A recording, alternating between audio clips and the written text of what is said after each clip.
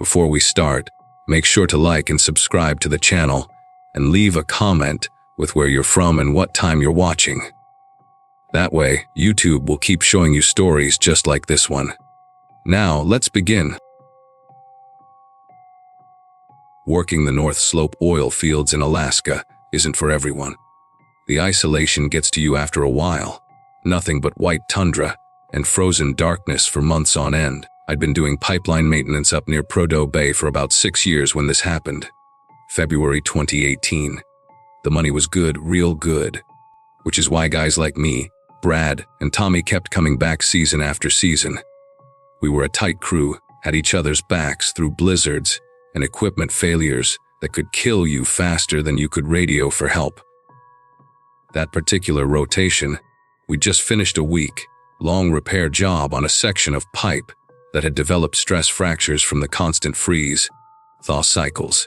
The company put us up in one of those prefab shelters about 40 miles south of Dead Horse, right off the Dalton Highway. You know, that ice road the truckers use. The drive back should have been routine. We've done it 100 times before in Brad's modified Ford F-350, the kind with chains on all 4 tires and enough heating to keep you from turning into a popsicle. Tommy was sprawled across the back seat, catching up on sleep, while I rode shotgun, keeping Brad company as he navigated through what was shaping up to be a decent snowstorm. Visibility was maybe 30 feet on a good stretch. The headlights just bounced off the swirling snow, creating this hypnotic tunnel of white that made you feel like you were flying through space. We were about 2 hours into the drive when Brad suddenly hit the brakes, hard enough to throw Tommy into the back of my seat. Through the windshield, barely visible in the storm, was a figure stumbling along the side of the road. No vehicle in sight, no emergency lights. Just this person in what looked like a heavy parka, moving in that desperate, uncoordinated way people do when hypothermia starts setting in. Brad pulled over immediately. You don't leave anyone out in that kind of weather, not when it's 40 below and getting worse. Tommy jerked awake, cursing about the sudden stop, but shut up quick when he saw what we were looking at. The 3 of us sat there for maybe 5 seconds, watching this guy struggle through knee-deep snow about 20 yards ahead. His parka was one of those old military surplus ones, olive green with fur trim around the hood that kept whipping around in the wind. What struck me as odd right away was how he was walking. Not the stumbling gait of someone fighting the cold, but this mechanical, repetitive motion, like he was following a track only he could see. Brad honked the horn twice, but the guy didn't even turn his head, just kept moving forward, 1 foot after the other, arms hanging loose at his sides. Jesus Christ, he's going to die out there, Tommy said, already reaching for his door handle. Brad threw the truck in park and we all piled out, the wind hitting us like 1,000 tiny knives. Even with our heavy gear, the cold tried to crawl through every gap, every zipper. We started jogging toward the guy, calling out, our voices getting swallowed by the storm. When we got within 10 feet, Brad grabbed his shoulder to turn him around, and that's when things got weird. The man's face was pale. I mean paper white, but not frostbitten. His eyes were this cloudy gray color, like dirty ice, and they seemed to look right through us. He had maybe 3 days of stubble, dark against that unnatural white skin, and his lips were moving constantly, forming words we couldn't hear over the wind. But it was the scar that made Brad take a step back, a jagged line, running from his left temple down to his jaw, the kind of mark that tells you someone survived something they probably shouldn't have. Sir, are you okay? Tommy shouted, waving his hand in front of the man's face. No response. The guy just stood there swaying slightly, those cloudy eyes fixed on something beyond us, beyond the storm, beyond everything. His lips never stopped moving, and when I leaned in closer, fighting every instinct telling me to back away, I could just make out what he was repeating, 247, 247, 247, over and over like a broken record. Brad and Tommy exchanged looks. We'd all heard stories about people going crazy from the isolation up here, but this was different. This felt wrong on a level I couldn't explain. We had to get him in the truck, though. Ethics aside, leaving him would mean explaining a frozen corpse to the state troopers, and none of us needed that paperwork. It took all three of us to guide him to the ford. He didn't resist, but he didn't help either. Just let us move him like a mannequin, his body stiff and cold even through the parka. The weird thing was, he didn't shiver. You spend enough time in the Arctic, you know that shivering is your body's last defense against the cold. When that stops, you're in trouble. But this guy, his skin was ice. Cold, and he wasn't shivering at all. We got him in the back with Tommy, who pressed himself against the far door, like he was trying to phase through it. Brad cranked the heat to maximum and pulled back onto the Dalton. For about 10 minutes, nobody said anything. The only sounds were the heater fan on full blast, and those lips still moving, still forming those same numbers. Then, Tommy cleared his throat and said what we were all thinking. Guys, doesn't he look like that missing snowmobiler from a couple years back, the one they found the sled but never the body? Brad's knuckles went white on the steering wheel. I remembered that story. Everyone who worked the slope did. February 2016, a local guy named Christopher Vaughn went missing during a solo snowmobile trip. They found his sled wrapped around a tree about 15 miles from where we picked up our passenger. Blood on the seat. Drag marks leading into the woods that just stopped. Search teams looked for 2 weeks before calling it. In that kind of cold, without shelter, you've got maybe a few hours. They declared him dead, had a memorial service and everything. His brother worked for one of the drilling companies. Used to drink at the same bar in Dead Horse, said Christopher, had that exact scar from a childhood accident with a boat propeller. The more I looked at our silent passenger in the rearview mirror, the more my gut churned. Same scar, same face shape, even the same color eyes, though Christopher's had been brown in the photos, not this milky gray. The shelter appeared through the storm like a metal Isis, its yellow lights barely penetrating the white wall of snow. We radioed ahead but got nothing but static, which wasn't unusual in weather like this. The building was one of those modular units the oil companies scatter along the pipeline route. Basically a reinforced shipping container with bunks, a kitchenette, and a communication setup. Brad parked as close to the door as possible, and we prepared to move our passenger inside. That's when he spoke for the first time, his voice gravelly and wrong, like someone talking through water. Can't go in. Not yet. Not until 2:47. Tommy actually jumped, banging his head on the door frame, but we weren't leaving anyone in the truck to freeze, regardless of what they wanted. It took Brad bare, hugging him from behind while Tommy and I each took an arm, but we managed to get him through the door.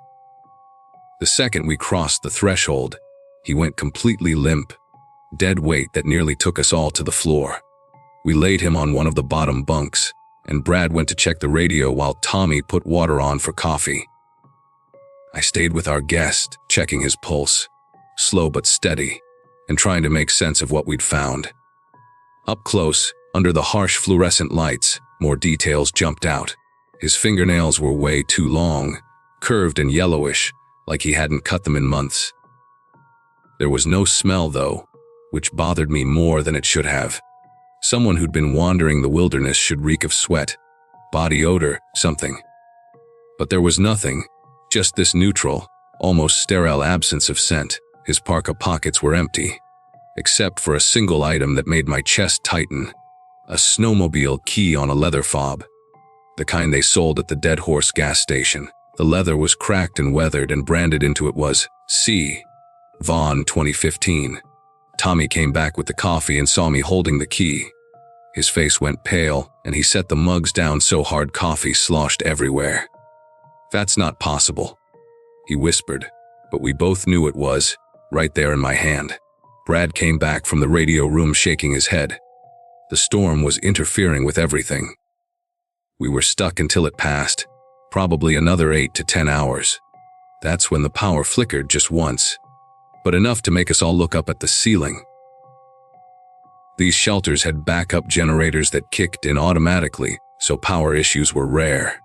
The lights steadied, but something had changed in the room. Our passenger's eyes were open, staring directly at the clock on the wall.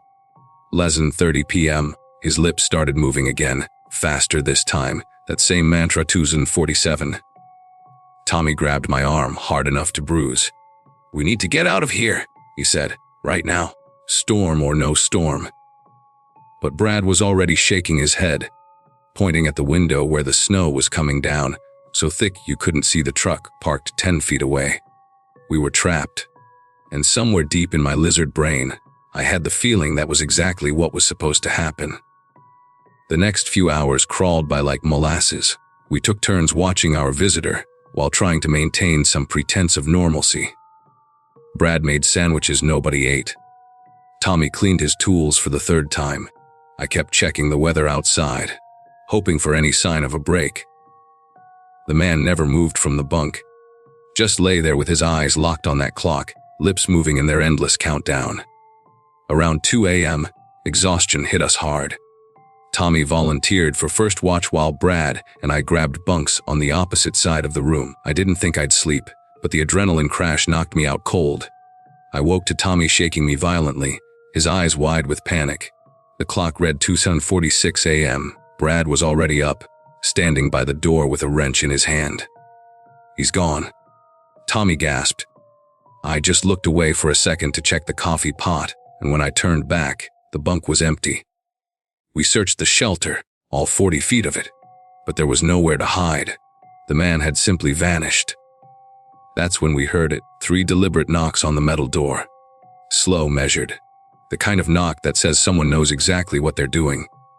2:47 a.m., the knocking came again, this time from the window on the north wall. Then the south window. Then back to the door. It circled the shelter like something was walking around outside, testing each entrance. Brad gripped the wrench tighter. "That's impossible," he said. "Nobody could survive out there without gear." But we all knew our visitor hadn't exactly been normal. The knocking stopped at 248, leaving us in a silence so complete it felt like pressure in our ears. We stayed frozen like that until dawn, nobody willing to be the first to move. When the storm finally broke around 7 a.m., we made a discovery that sent us racing for the truck. There were no footprints anywhere around the shelter, not leading away from the door, not under the windows. Nothing. The snow was pristine, untouched. But Tommy never made it to the truck. When Brad and I turned around, he was just gone. No sound, no struggle, no tracks. Just empty air where he'd been standing 2 seconds before. We tore out of there and didn't stop until we hit Fairbanks. We filed a missing person report, told them about picking up the stranger, but left out the part about him possibly being Christopher Vong. The troopers found Tommy's body 3 days later, 15 miles from the shelter, in the exact spot where Vong's snowmobile had crashed. Frozen solid, lips blue, with drag marks in the snow that just stopped.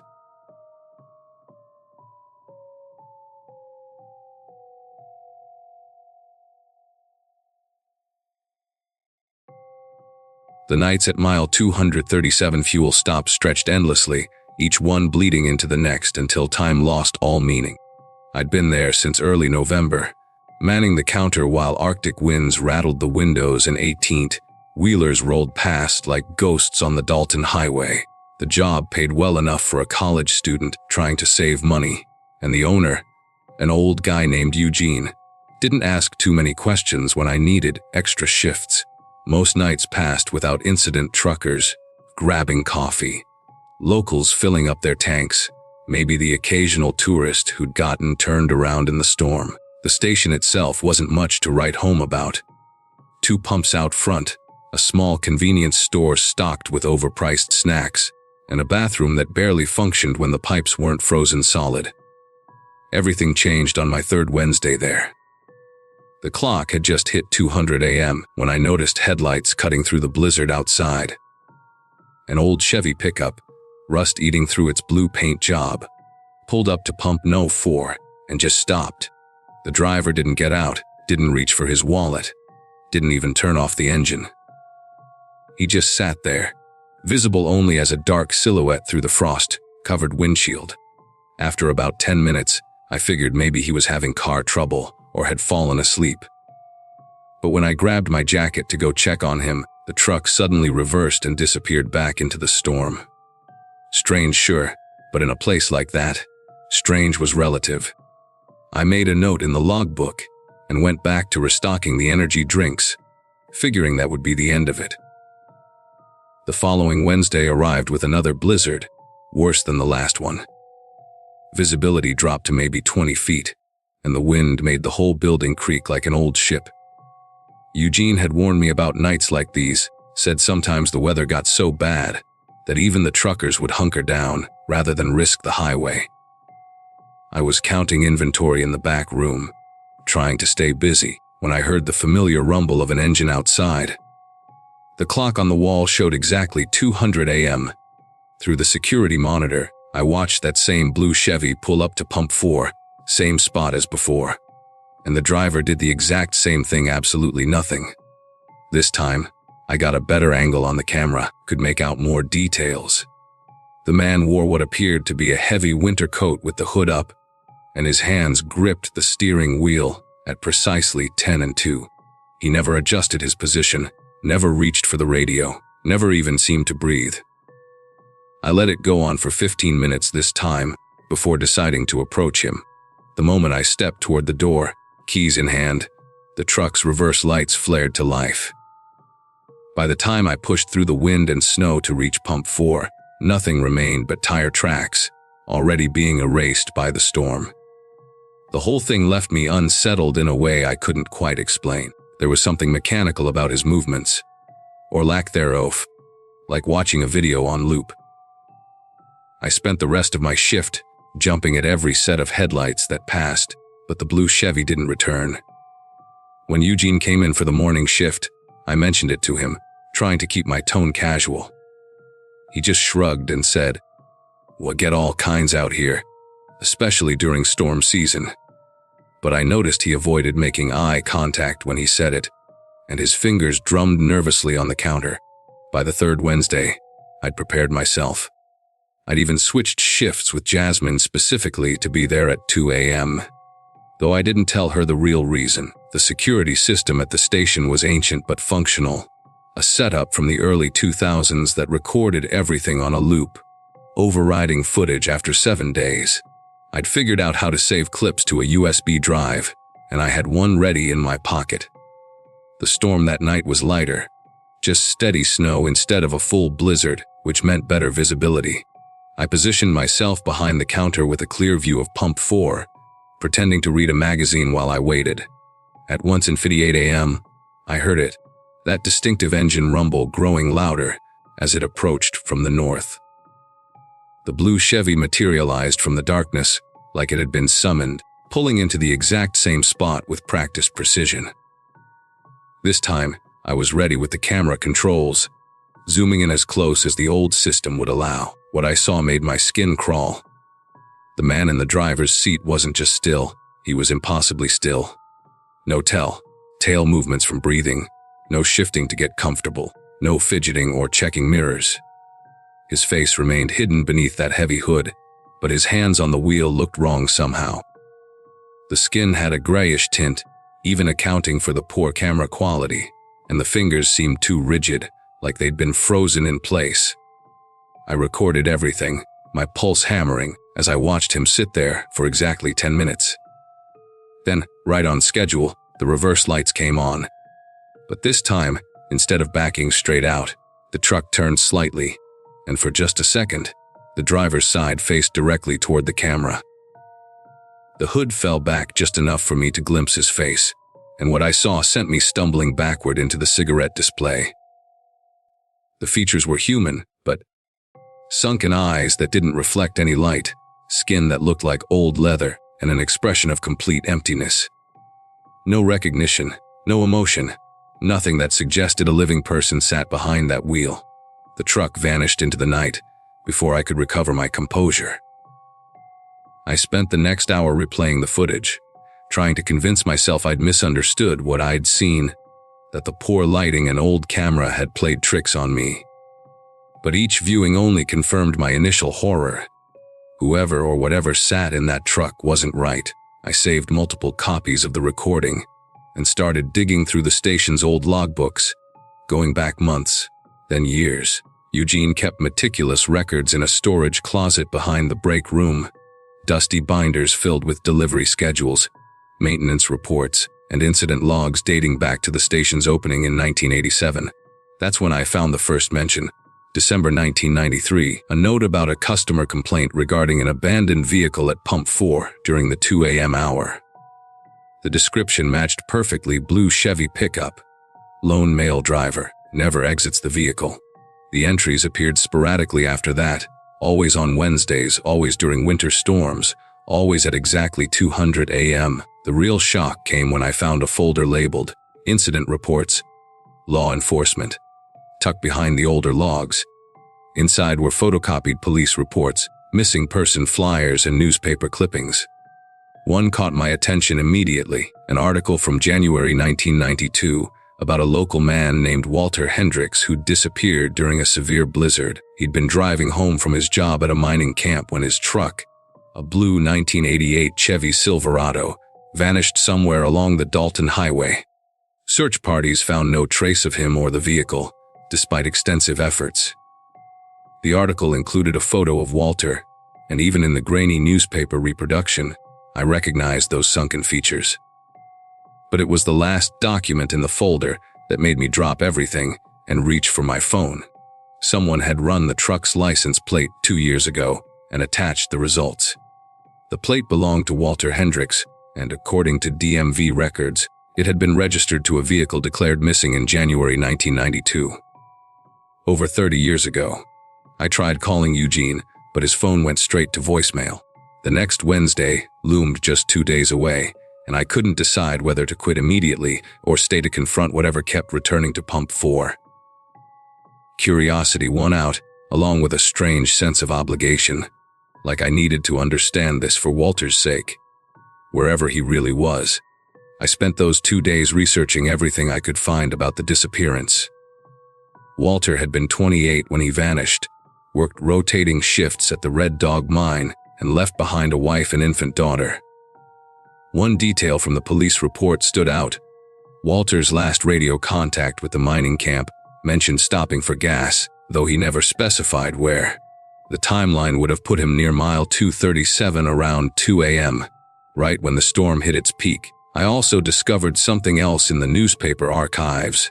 3 other people had gone missing along that stretch of highway over the years, all during winter storms, all late at night. None of them were ever found. Wednesday arrived with clear skies for once, but at 1:45 a.m., clouds rolled in from nowhere, bringing snow that fell in thick, heavy sheets. At exactly 200 a.m., those familiar headlights pierced through the snow. The blue Chevy rolled up to Pump 4. This time I didn't wait. I grabbed a flashlight and a baseball bat, took a deep breath, and pushed out into the storm. As I approached, I noticed the snow around the truck fell differently, creating a perfect circle where not a single flake touched the vehicle. I reached the driver's side door, my flashlight beam catching that terrible face in profile. I raised my hand to knock on the window, and that's when everything went sideways. The moment my knuckles made contact with the glass, the station's power cut out completely. The pumps went dark, the building behind me vanished into blackness, and even my flashlight flickered and died. In that sudden darkness, I heard the truck's door creak open for the first time. Then, impossibly, I saw light coming from inside the station, a soft, pale glow. Through the snow, I could make out a figure standing inside, perfectly still, facing outward. Walter stood inside the locked station, on the wrong side of the front window, staring out at me. Frost spread across the glass from where he stood. The really horrifying part was that I could still hear the truck idling behind me. I turned my head just enough to confirm what I already knew: the driver's seat was empty. When I looked back at the station, Walter had moved closer to the glass. The sound that came next will haunt me forever, a voice like wind through a frozen pipe, muffled by the glass but clear enough to understand. Still, looking for Pump 4. Behind me, the truck's engine suddenly revved. The pale glow inside the station began to pulse in sync with the lights, and I realized with growing horror that Walter wasn't alone in there. Shadows moved behind him, other figures in winter gear, all standing at the windows now, 4 of them total, matching the number of missing persons I'd read about. The frost on the windows began forming letters, spelled out Heel Pus Fiashi, Araya. Not back to the truck, not to the highway, but around the building to the employee entrance. The door finally gave way and I burst inside. The emergency light suddenly blazed to life, revealing an empty store. No figures, no frost. I called 911, babbling about intruders. The responding officer found nothing. No truck, no footprints except mine. The next morning, I gave Eugene my resignation, packed my things, and left Alaska entirely. But sometimes, on winter nights when the snow falls heavy, I still dream about Pump 4 and those words traced in ice. I never found out what they were looking for, and honestly, I hope I never do.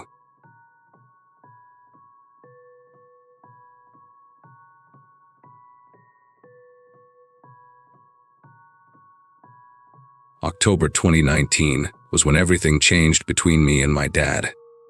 We'd planned this moose hunt up in Alaska's Copper River Basin for months, our first real father-son trip since I'd moved to Seattle for work 3 years earlier. I'm 28, do IT consulting, and honestly hadn't spent more than a weekend with the old man since college. He'd been hunting that region for over 2 decades, knew every ridge and creek like they were extensions of his own backyard.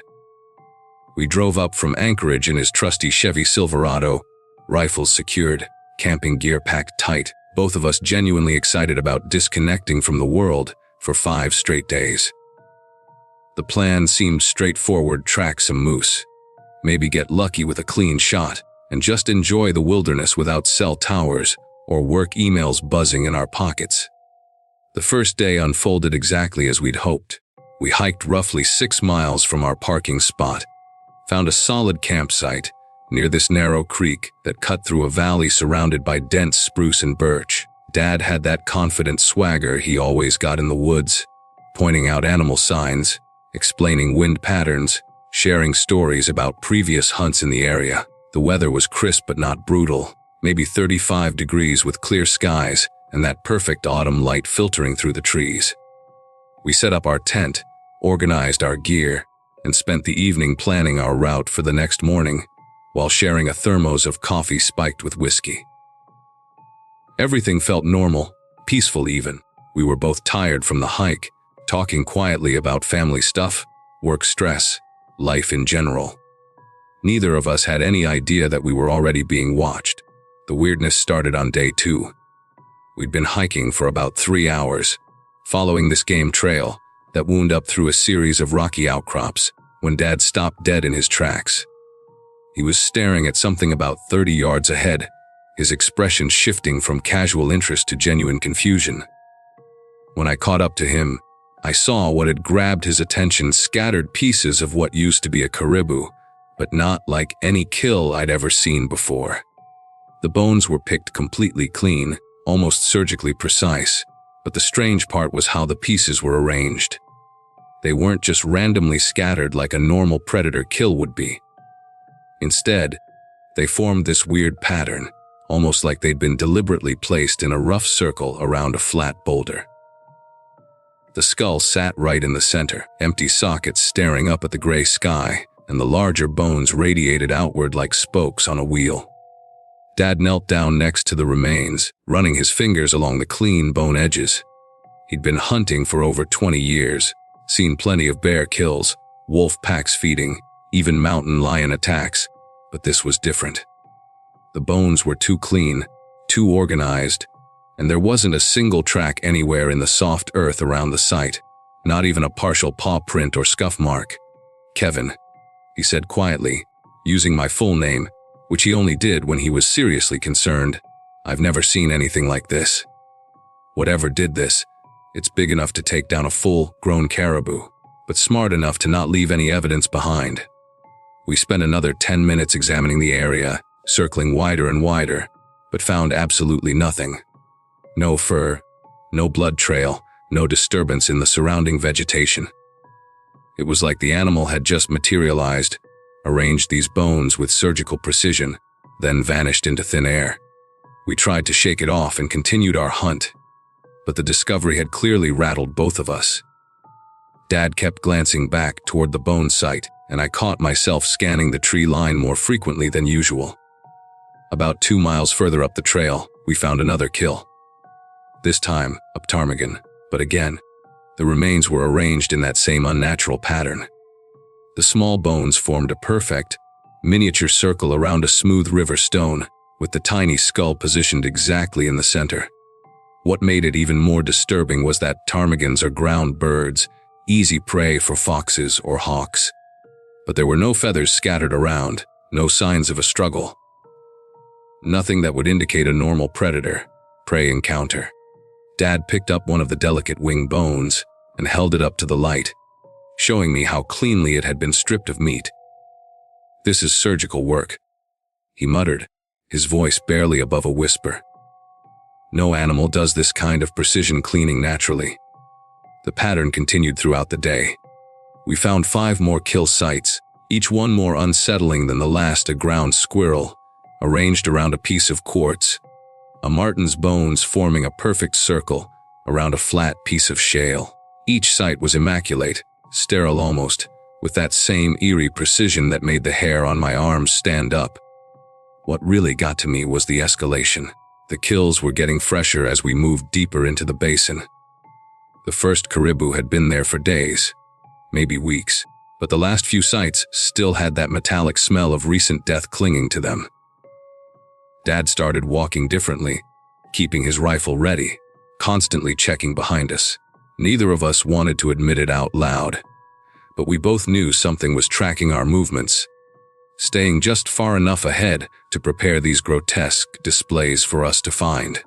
It was like we were being led deeper into its territory, following a trail of increasingly fresh kills that served as both warning and invitation. That night, we made camp in a small clearing surrounded by thick spruce trees, both of us too on edge to venture further. Dad insisted we keep the fire burning all night, taking turns on watch, even though we'd never done that on previous camping trips. I drew the first shift, sitting with my back against a fallen log, rifle across my lap, listening to every snap of branches and rustle of leaves in the darkness beyond our firelight. Around 2 a.m., during Dad's watch, I woke up to the sound of him whispering my name urgently. When I opened my eyes, he was pointing toward the opposite side of the clearing, his face pale in the flickering orange glow. "There," he breathed, between those 2 big spruces. "Don't move too fast, but tell me what you see." I turned my head slowly, following his gaze, and that's when I saw them, 2 enormous yellow eyes reflecting our firelight, positioned about 8 feet off the ground, completely motionless. They weren't the typical green eye sheen you'd expect from a deer or moose, but this intense, almost golden color that seemed to pulse with intelligence. The eyes watched us for what felt like hours, but was probably only 15 minutes. They never blinked, never moved, just maintained that steady, calculating stare that made my skin crawl. Dad had his rifle trained on the spot, but neither of us could make out any body shape or outline in the darkness behind those eyes. Whatever was watching us was massive. The eye placement alone suggested something significantly larger than any wolf or bear I'd ever encountered. The strangest part was how absolutely silent it was. No breathing sounds, no movement of vegetation, no shifting of weight from one foot to another. Just those unblinking eyes studying us with what felt like predatory patience. When dawn finally started to break and the first gray light began filtering through the trees, the eyes simply vanished. One moment they were there, the next they were gone, as if they'd never existed at all. We searched the area thoroughly once we had enough light, but found no tracks, no disturbed vegetation, no physical evidence that anything had been there. Day 3 changed everything. We'd been hiking for about 4 hours, both of us jumpy and exhausted from the sleepless night. When we reached the ridgeline overlooking the main valley, Dad was using his binoculars to scan for moose sign when he suddenly went completely rigid. "Jesus Christ," he whispered, handing me the binoculars with shaking fingers. "Tell me I'm not losing my mind." I adjusted the focus and looked where he was pointing, and there it was. Standing on the opposite ridge, maybe 800 yards away, was the largest wolf I'd ever seen. But calling it a wolf doesn't really do it justice. This thing was enormous, easily the size of a small horse, with a massive head and shoulders that seemed too broad for any normal canine. Its fur was almost black, except for these weird, silver markings along its spine that caught the sunlight like metal. What made my heart race was the way it was standing, completely still, facing directly toward us, like it had been waiting for us to reach that exact spot. The wolf stood there for maybe 2 minutes, just watching us through what must have been its own incredible vision. Even at that distance, I could feel the weight of its attention, like it was cataloging every detail of our appearance and behavior.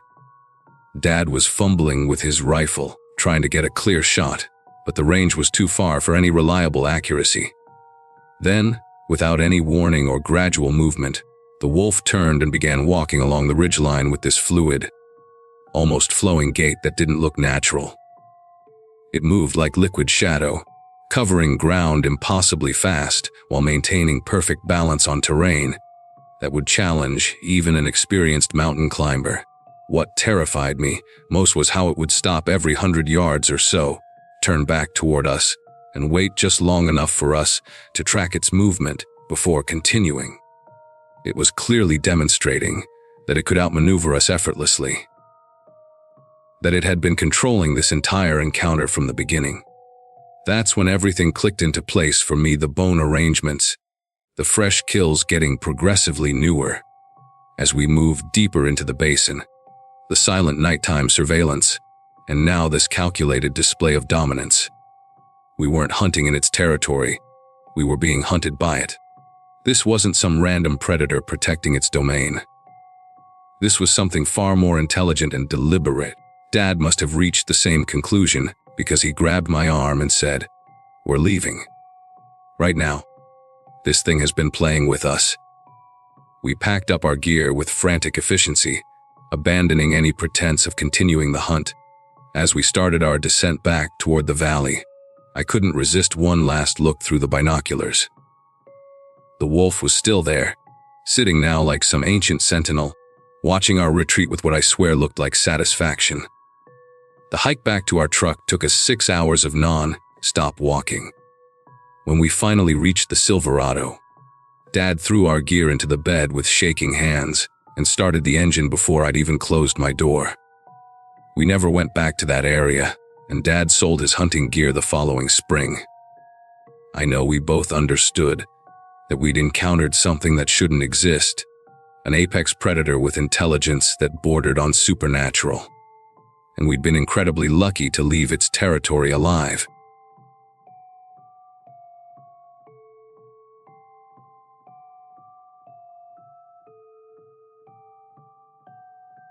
The Caribou Migration Project seemed like the perfect opportunity to advance my career as a wildlife biologist.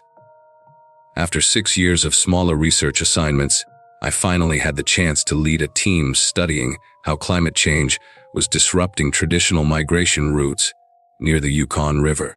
The assignment came through in late April 2017, and within 2 weeks, I was heading into the Canadian wilderness with a 5-person research team. We were tasked with monitoring 43 GPS collared caribou over 3 weeks, documenting their movements and behavior patterns. The data we collected would potentially influence conservation policies across the region, making this one of the most important projects I'd ever been involved in. I remember feeling this mixture of excitement and responsibility as we loaded our thermal drones, tracking equipment, and camping supplies for an extended stay in some seriously remote territory. Our base camp was established at an old logging site that had been abandoned sometime in the 1980s. The location was ideal for our research purposes: flat ground for equipment setup, close proximity to the river for water access, and positioned directly along one of the main caribou migration corridors. But the place had this unsettling atmosphere that I couldn't quite shake. Rusted machinery sat half buried under decades of moss and fallen leaves, while rotting wooden structures slowly surrendered to the encroaching forest. My team consisted of Dr. James Mitchell, our experienced project leader, Lisa Chen from the university's wildlife department, and 2 graduate students named Alex and Maria. We'd collaborated on previous assignments, so there was an established workflow to how we organized our campsite, distributed daily responsibilities, and settled into our research routine. The first few days proceeded exactly according to plan, with clear, consistent GPS signals streaming in from all tagged animals. The work itself was methodical and rewarding. Every morning, we'd check our tracking systems while drinking coffee around the portable camp stove, watching dozens of red dots move across our digital maps. The caribou were following their expected routes, clustering in feeding areas during the day and moving steadily northward each night. Lisa handled the thermal drone flights, capturing behavioral footage that would complement our GPS data. Alex and Maria took turns monitoring the radio frequencies, while Dr. Mitchell and I analyzed movement patterns and updated our field notes. The weather held steady. Cool mornings, warm afternoons, and crystal clear nights, perfect for equipment operation. By day 5, we documented some fascinating deviations from historical migration patterns, exactly the kind of data that would make our research valuable. The routine was comfortable, predictable, and everything was going according to our carefully planned schedule. During those first several days, I started noticing small details about the abandoned logging site that hadn't been immediately apparent. There were these perfectly straight cut marks on certain trees, far too precise to be natural, suggesting the loggers had used some kind of advanced equipment for their time.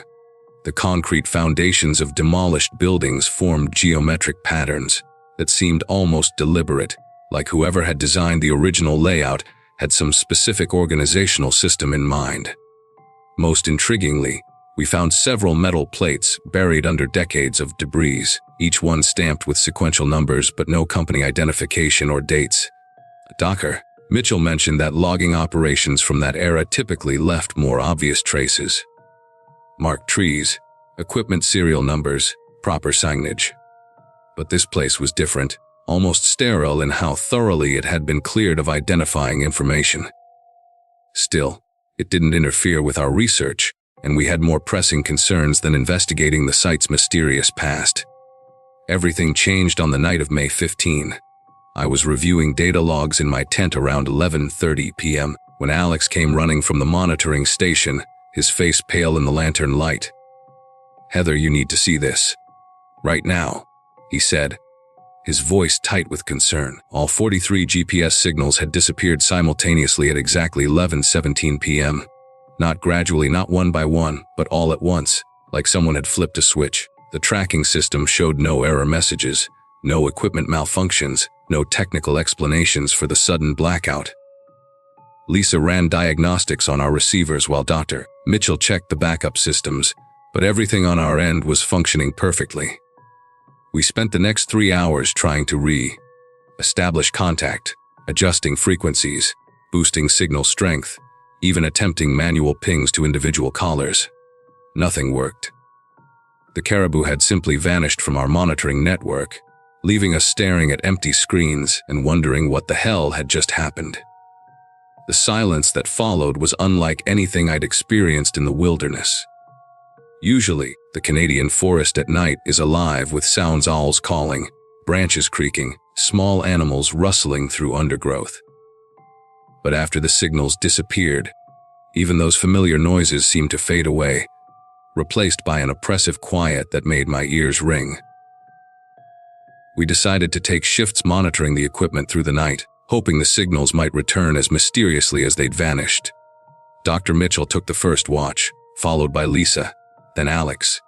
When my turn came at 4 a.m., I sat alone in the monitoring tent, surrounded by silent equipment, and trying to make sense of what had happened. The GPS system had never failed so completely before, and the timing, all signals cutting out at the exact same moment, suggested something far more serious than a simple technical glitch. Dawn brought no relief, just more questions.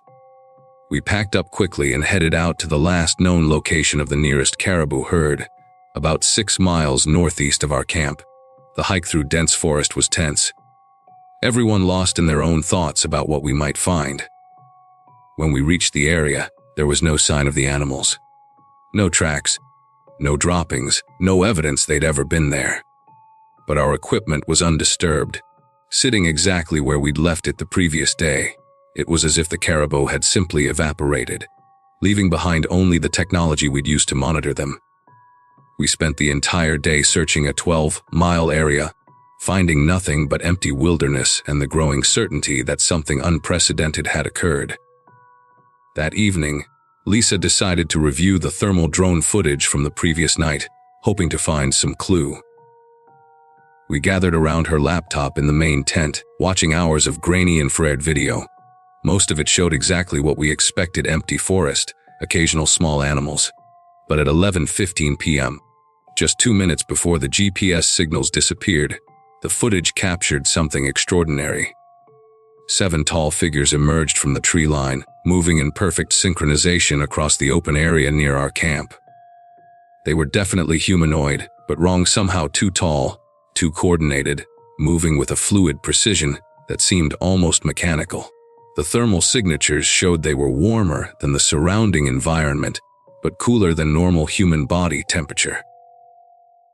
Most disturbing was how they moved together, like a single organism with multiple parts, maintaining exact spacing and identical movements as they crossed the frame and disappeared back into the forest on the opposite side. None of us spoke for several minutes after the footage ended. Dr. Mitchell rewound it 3 times. Lisa and I both knew what we were seeing was real. The figures were approximately 8 feet tall with elongated limbs. They made no sound that the drone's audio equipment could detect.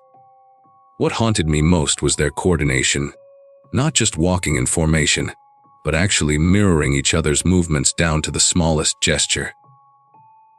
When the lead figure raised what appeared to be its arm, all 7 performed the identical motion simultaneously. We watched the clip dozens of times, but it only raised more questions about what we were dealing with and whether it was connected to the caribou disappearance.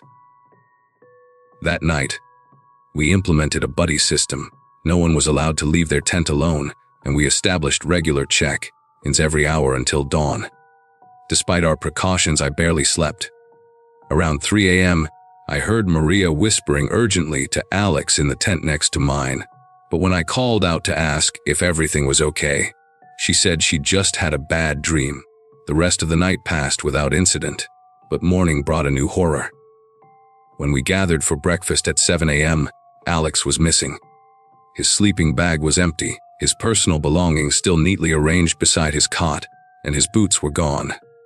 We searched the immediate area around camp, calling his name.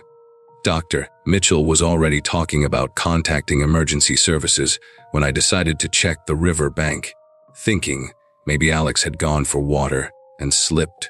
What I found at the water's edge defied every logical explanation I could think of. Alex's hiking boots were placed with mathematical precision on a flat rock, positioned perfectly parallel to each other and facing directly toward the flowing water. The laces were tied in neat bows, exactly as he always wore them, and there wasn't a single scuff mark or piece of mud on the leather. But there were no footprints. Not leading to the boots, not leading away from them. Nothing in the soft riverbank soil that would indicate how they'd gotten there. The rock they sat on was completely dry, despite the morning mist that had dampened everything else in the area. I called the others over, and we spent 2 hours examining every inch of the surrounding ground. The absence of tracks was absolute and impossible. The boots sat there like a carefully arranged display, as if they'd been placed by someone who could move without touching the ground. We packed up camp immediately and hiked back to the nearest communication point to contact the authorities. The search and rescue operation lasted 4 days, but no trace of Alex was ever found. The official report listed him as missing, presumed dead, with the working theory being that he'd somehow fallen into the river. But that explanation didn't account for the boots, which the investigators dismissed as irrelevant details. 6 months later, I received a call from a forestry worker who'd been conducting surveys in the same area. He'd found something buried under a pile of stones near the old logging site, a GPS collar, still functional, with data showing it had been stationary in that exact location since May 15th at 11:17 p.m.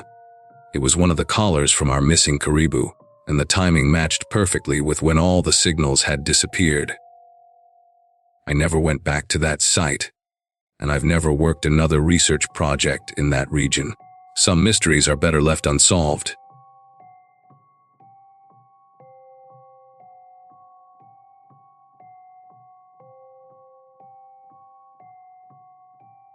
Every time someone mentions Alaska, my stomach twists into knots. People always picture the beautiful wilderness and amazing northern lights, but all I can think about is that night at Copper Creek Lodge. At the time, I was fresh out of my junior year at college, taking a seasonal job as a front desk clerk and maintenance helper at this tiny, remote lodge near Rangel, St. Elias National Park. It was June 2022, and the place was basically my entire world for 3 months. The lodge had 12 small cabins scattered around the property, connected by gravel paths that crunched under your feet, no matter how quietly you tried to walk. Our nearest neighbor was 40 miles away, and cell service was absolutely non-existent. The only connection to the outside world was a single landline in the main office that crackled with static on good days. Most nights, the silence was so complete it felt like we were the only people left on Earth. The guests that week were mostly hikers and photographers, the kind of people who came to Alaska specifically to get away from civilization. There was this couple, David and Amanda, who'd been staying in cabin 7 for 3 days with their friend, Troy. David was one of those guys who never seemed to stop talking, always cracking jokes and making everyone laugh during meals in the main lodge. Amanda was quieter, more reserved, but she had this way of watching everything around her, like she was constantly taking mental notes. Troy was somewhere in between, friendly enough, but kept to himself most of the time. They'd spend their days hiking the trails around the property and come back every evening completely exhausted, covered in mud and mosquito bites. The dynamic between them seemed normal enough, just 3 friends on a wilderness adventure, but there was this underlying tension I couldn't quite put my finger on, especially between David and Troy. The day everything went wrong started like any other. I'd spent most of it fixing a broken water heater in cabin 3 and restocking supplies in the main lodge.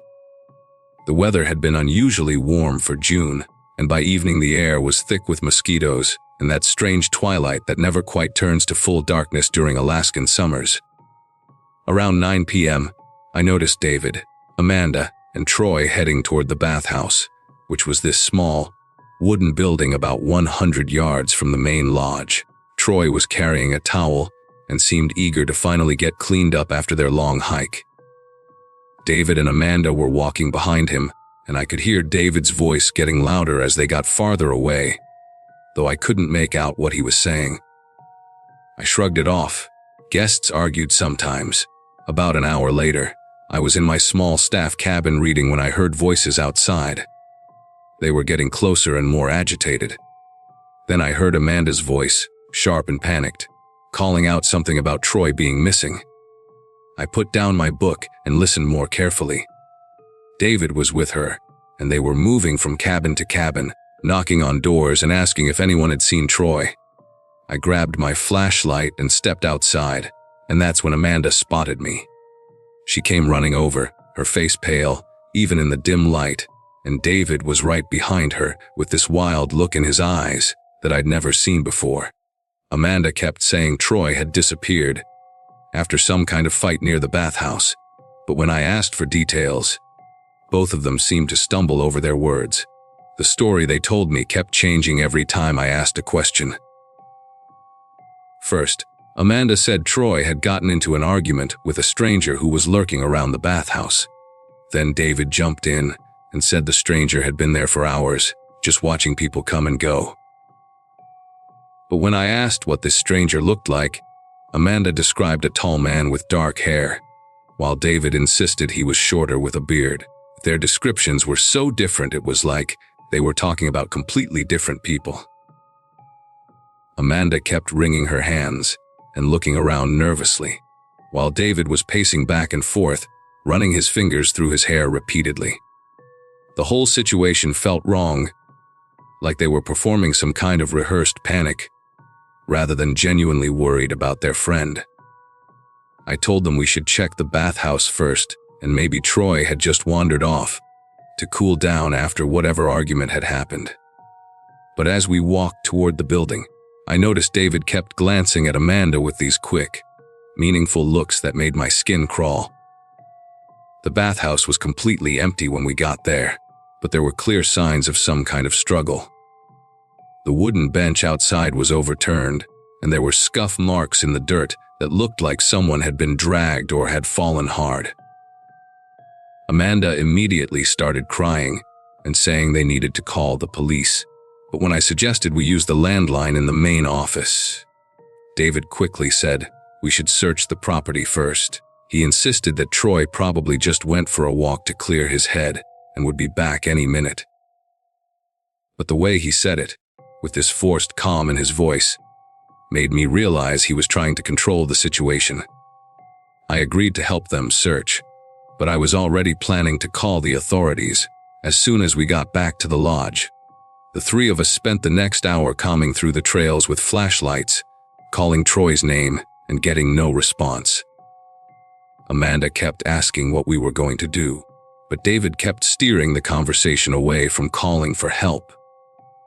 When we finally gave up the search around midnight, I told David and Amanda that I was going to call the state troopers from the main office. That's when David's whole demeanor changed. He grabbed my arm and said we should wait until morning, that Troy would probably show up on his own. But Amanda disagreed, saying they needed to call Troy's family. The two of them started arguing right there in front of me. David kept insisting that calling the police would just make things worse, while Amanda was practically begging him to let me make the call.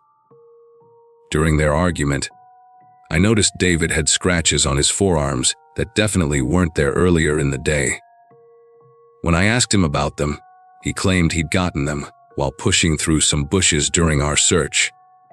But the scratches looked fresh and deep, like fingernail marks, and they were in a pattern that made me think of someone trying to defend themselves. I finally convinced them that we needed to contact the authorities, and the three of us walked back to the main lodge. The building felt eerily quiet as I unlocked the office door. When I picked up the landline phone to dial, there was no dial tone, just complete silence. I jiggled the cord and checked all the connections, but the line was completely dead. David immediately said the phone lines probably went down because of the weather, but there hadn't been any storms that day. Amanda was getting more agitated by the minute, pacing around the small office and muttering about how they needed to get help somehow. I told them I'd drive to the nearest town in the morning to report Troy missing, but David quickly volunteered to go instead. He said he knew the area better and could get there faster, but something about his eagerness to leave made me suspicious. I insisted that we all stay together until we figured out what had happened to Troy, and that's when I noticed David and Amanda exchange another one of those loaded glances. We decided to wait until dawn before making any decisions, and I offered to let them stay in the main lodge instead of going back to their cabin. Amanda accepted immediately, but David seemed reluctant, saying he wanted to go back and get some of their things. I watched him walk toward cabin 7, and something about the way he moved, quick and purposeful, made me decide to follow him at a distance. I grabbed my flashlight and snuck out the back door of the lodge, staying in the shadows as I made my way toward their cabin. David went inside for maybe 10 minutes, and when he came out, he was carrying a large duffel bag that looked much heavier than it should have if he was just getting clothes. He also had something wrapped in a towel tucked under his arm, and he kept looking around nervously as he walked back. I managed to get back to the lodge before him, but I pretended to be dozing in one of the lobby chairs when he returned. Amanda was curled up on the couch, but I could tell she wasn't really sleeping either. The three of us spent the rest of the night in that main room, and I don't think any of us got a minute of real sleep. When the sun finally came up around 4:30 a.m., I suggested we all walk back to the bathhouse area in the daylight to see if we could find any more clues. David immediately protested, saying we'd already searched thoroughly, but Amanda stood up and said she wanted to look again. As we walked, I noticed David kept positioning himself between Amanda and me, like he was trying to control what we could see. The morning light revealed details we'd missed in the dark. There were drops of what looked like dried liquid on the wooden steps, and the ground was more disturbed than I'd initially realized. Amanda pointed out a torn piece of fabric caught on a nearby bush, and when she started to reach for it, David quickly stepped in and said we shouldn't touch anything that might be evidence. Around 7 a.m., I heard the distant sound of a helicopter approaching. David's face went completely white when he heard it, and he started talking rapidly about how they should probably head back to their cabin to pack up and leave. But Amanda was staring at the helicopter with this expression of relief mixed with terror, and she whispered something about hoping it was help. The helicopter landed in the clearing, and 2 state troopers got out along with a paramedic. One of the troopers approached us and asked if we were the people who'd reported a missing person. Before I could answer, David jumped in and said there had been a misunderstanding, that Troy had just wandered off. The trooper looked skeptical and asked to speak with each of us separately, starting with Amanda. While Amanda was talking to the officers, David kept trying to convince me that we should tell them. Everything was fine. He was sweating despite the cool morning air. But then the paramedic came over and told us they'd found Troy about 2 miles downstream near the old mining road. He was alive, but in critical condition with multiple stab wounds. He'd managed to crawl to the road and flag down a passing truck driver, who'd called for help on his CB radio. When I looked at David after hearing this news, his face had gone completely gray. Amanda started crying, but they weren't tears of relief. They were tears of fear. The troopers arrested David that afternoon after finding the knife wrapped in the towel he'd retrieved from their cabin. Amanda confessed that she'd helped him move Troy's body after the attack. She said David had snapped during an argument about money Troy owed him, and they'd panicked when they thought he was dead. The phone line had been cut with wire cutters found in David's bag.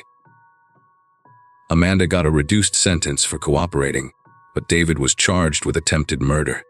I quit my job the next day and never went back to Alaska. Sometimes I still wake up wondering what would have happened if that truck driver hadn't found Troy in time.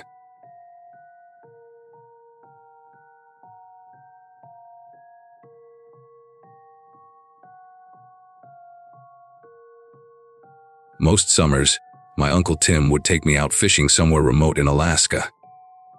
He's the kind of guy who thinks why. Fi is a government trick, and that real life starts when your boots hit mud. That particular trip, we were camped just outside Bethel, along a bend in the Kuskokwim River, where the bank slopes down in a jagged mess of roots and packed silt. I just turned 13 that spring, and it was my first time getting my own gear rod, boots, even a small fillet knife. I remember feeling proud, like I'd finally earned a spot alongside the grown-ups, even if I still had to sleep in the smaller tent. It was early afternoon, and Tim had hiked up river a ways to check some traps, leaving me with instructions not to wander far and to keep the fire going. The sun was out but hazy, filtered through low clouds that made everything look softer, quieter. I'd set up by the water with my tackle box and a half warmed thermos of black coffee I wasn't really supposed to be drinking. The current was slow that day, dragging bits of moss and drift in wide arcs, and I remember watching the surface like it was a movie. No phone, no distractions, just that steady hush of water and wind. Then someone called out from the trees behind me. At first, I thought it was Tim messing with me. The voice had that friendly but strained tone, like someone trying not to spook a stray dog. When I turned, I saw a man standing halfway down the slope leading into the brush. He had on this camo jacket that looked like It had been dipped in mud and forgotten for years, and a wool beanie stretched over his head, like he'd pulled it on without checking if it fit. I didn't recognize him. He wasn't from the campgrounds or from the small shop we stopped at in town. He smiled with his mouth open, just enough to show a missing canine tooth, and said he was a local guide.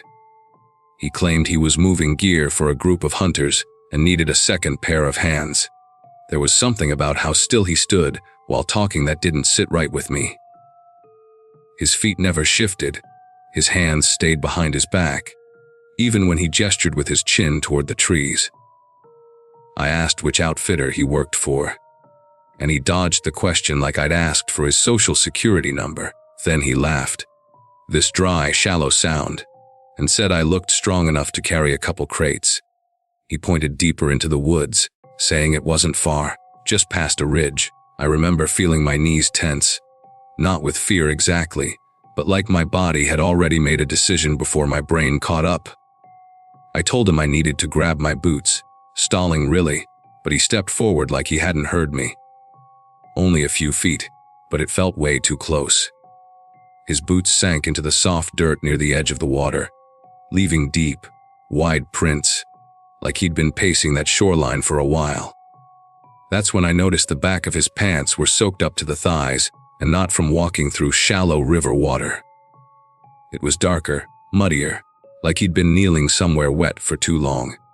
He glanced toward the trail again, but there wasn't any gear in sight, just thick brush and a mess of alder branches snapped low, like someone had pushed through them fast and recently. "No," I said. I didn't even think about it, just said it out loud, firm and clear, the way my uncle had told me to speak if something ever felt wrong. The man didn't respond right away. He just kept standing there, staring like I hadn't spoken at all. His face didn't change, but his jaw clenched once, quick.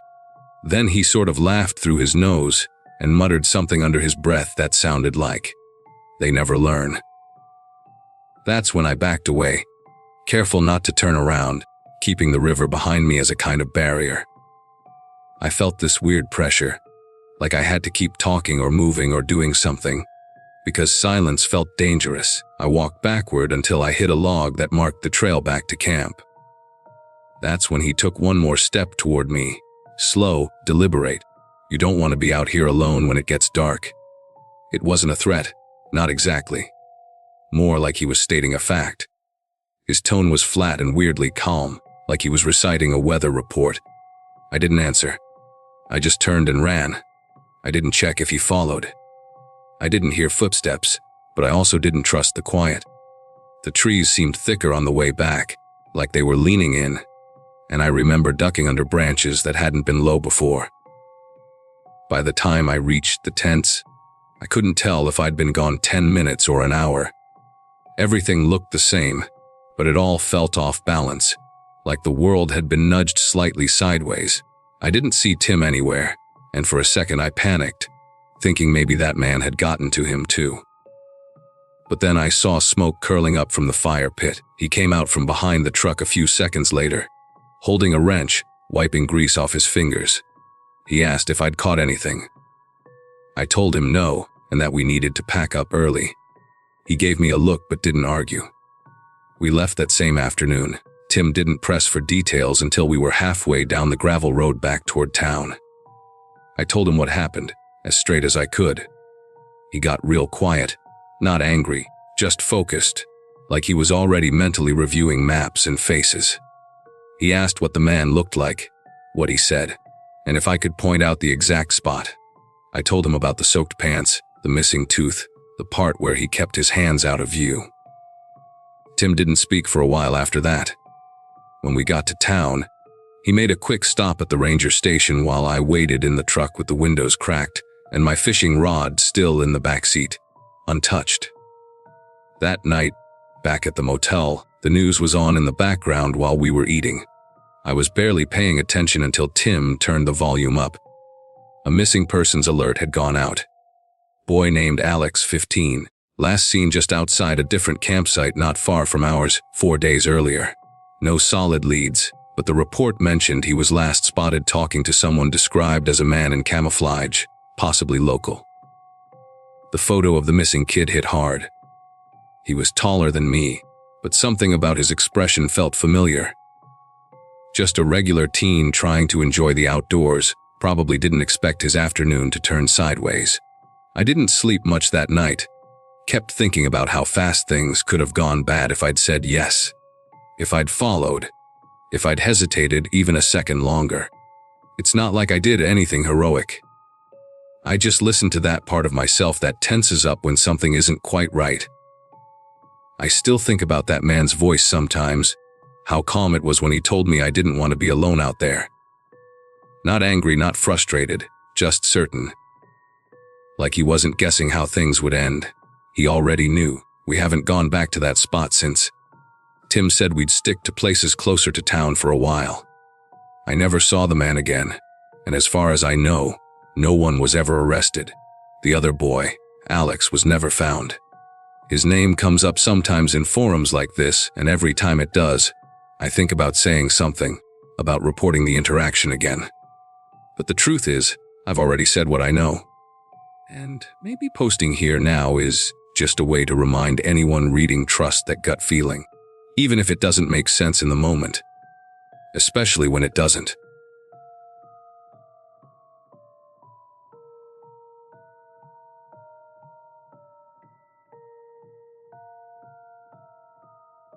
I still don't know why I didn't turn around that day.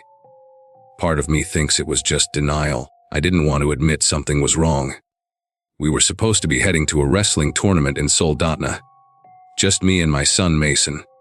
He was 16, big into sports, always tossing his gym bag in the back seat like he owned the world. I'd taken the weekend off from the dental office, packed us both up, filled the tank at a Chevron near Kenai Spur Road, and figured we'd make good time before sunset. The drive down from our town was familiar. We'd done it twice before for other school events. I remember telling myself it would be a quiet ride, maybe even a chance for us to talk without distractions. We were about 30 minutes south of Sterling when I noticed the pickup. It had dark tinted windows and an older, matte gray paint job.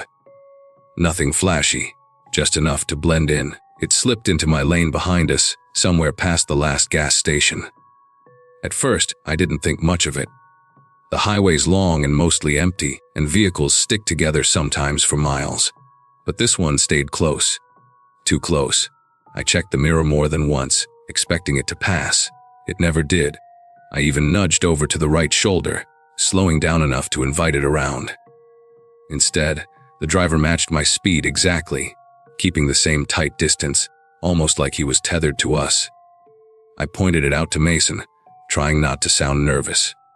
He was looking at his phone, but glanced up and muttered something like, "Freeper vibes." He wasn't wrong. I tested it again. I sped up a little, then dropped to under the speed limit. The truck mirrored everything. I tapped the brakes twice, a trick my dad used to warn tailgaters. No change. I switched lanes for no reason. Still behind us. It wasn't aggressive, just deliberate. That's what made it worse. There was no honking, no flashing lights, no engine revving. Just that constant pressure behind us, like we were being herded somewhere. I didn't want to panic in front of Mason, but I felt this cold realization start to grow. This wasn't just someone zoning out on the highway. It was too late to turn back, and cell signal was weak in that stretch. I told Mason to open the Maps app and look for the nearest place to pull over that had lights, maybe a store or a rest area. We found a rest stop about 10 minutes ahead. It was barely marked on the map, just a faded icon, but it was better than staying in motion with this guy glued to our bumper. I stayed calm, or at least tried to. My knuckles were starting to ache from how tightly I was gripping the wheel. The rest stop wasn't what I hoped it would be. It was a gravel pull off with one flickering street lamp, a rusted vending machine that probably hadn't worked since the early 2000s, and a single unmarked porta potty tilted slightly in the mud. No cars, no people. Just wind moving through the trees and the dull hum of the nearby river. I slowed down and pulled in anyway, thinking if the truck passed us, I'd just wait a few minutes before getting back on the road. But it didn't pass. It followed us in. Slow, steady and confident. I felt Mason sit up straight. I could tell he was trying to act unfazed, but I saw the way he held his breath. The truck didn't park next to us. It angled itself behind my car, cutting off the exit like it had rehearsed the move. I didn't recognize the model exactly. Older Chevy or GMC, maybe late 90s. But there was something strange about the front grille. It looked homemade, reinforced, like someone had welded extra bars across it. My headlights reflected off the tinted windshield, but I couldn't see inside. No movement, no door opening. Just the truck sitting there, engine still on, its low idle rumbling through the quiet like a warning. "Don't get out," I told Mason, and grabbed my phone. "No signal?" Mason whispered. He was already recording. He'd flipped his camera around and angled it low against the dashboard, barely moving his hand. I didn't even have to ask. He just did it. Smart kid. I told him to keep filming, no matter what. I was about to honk, just once, to maybe scare whoever it was or alert someone nearby, even though I doubted anyone would hear. But before I could, the driver's side door of the truck cracked open. Not all the way, just a few inches. Then it shut again. Nothing else. No one got out. I couldn't explain the move, but it felt calculated, like they were letting us know they were watching, deciding. That was the moment it stopped feeling like paranoia and started feeling like a trap. I didn't want to reverse into them, but we were boxed in. There was a steep ditch to the right and dense trees on the left. I kept thinking, if I drive forward over the grass, I might get stuck. So I just stayed there, engine running, doors locked. The truck crept forward an inch, just one, and I couldn't help it. I yelled, "What the hell do you want?" Mason grabbed my arm, trying to calm me down, and whispered, "Wait." The driver still didn't move. Just that engine humming like it had all the time in the world. Out of pure instinct, I leaned on the horn, long and loud. It echoed across the trees and the empty highway beyond. That finally did something. The truck jolted back, then reversed fast, kicking up gravel behind it. It didn't leave the lot entirely. It stopped again by the exit, halfway turned toward the road, like the driver couldn't decide whether to flee or wait. I put the car in drive, aimed straight at the ditch, and floored it. The wheels bounced hard over the edge, the undercarriage scraped. But we made it through the muddy patch, and onto the far side of the rest stop. I didn't look back until I was on the highway again. When I checked the mirror, the truck was gone. Not on the road behind us, not in the lot. Just vanished. Mason stopped recording, and we drove the next 20 minutes in silence until we hit a more populated area, and I could finally breathe again. I pulled into a busy grocery store parking lot and made him send the video to my email, just in case. We sat there for a while before I called the police. I didn't even care if they thought I was being dramatic. I knew what we'd just experienced wasn't normal. It wasn't road rage. It wasn't a prank. It was something darker. The trooper who met us took it seriously.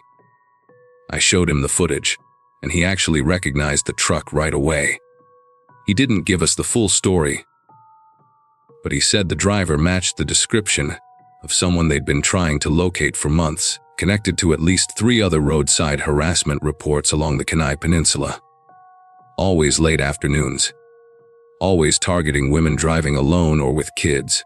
Nothing had escalated to violence, but the behavior was escalating, he said. Mason's video was the clearest evidence they had so far, and that it might finally give them what they needed to make an arrest. We never heard what happened after that. They didn't follow up, probably for legal reasons. But I've never driven that stretch of highway again, not without someone in the passenger seat and a full tank of gas. Mason stopped asking for solo drives too. He still jokes that he saved the day with his camera, and maybe he's right. That little bit of instinct might have kept us from becoming another case they never solved. I just hope whoever was behind that wheel, whoever thought that kind of thing was a game, realized they picked the wrong car that night.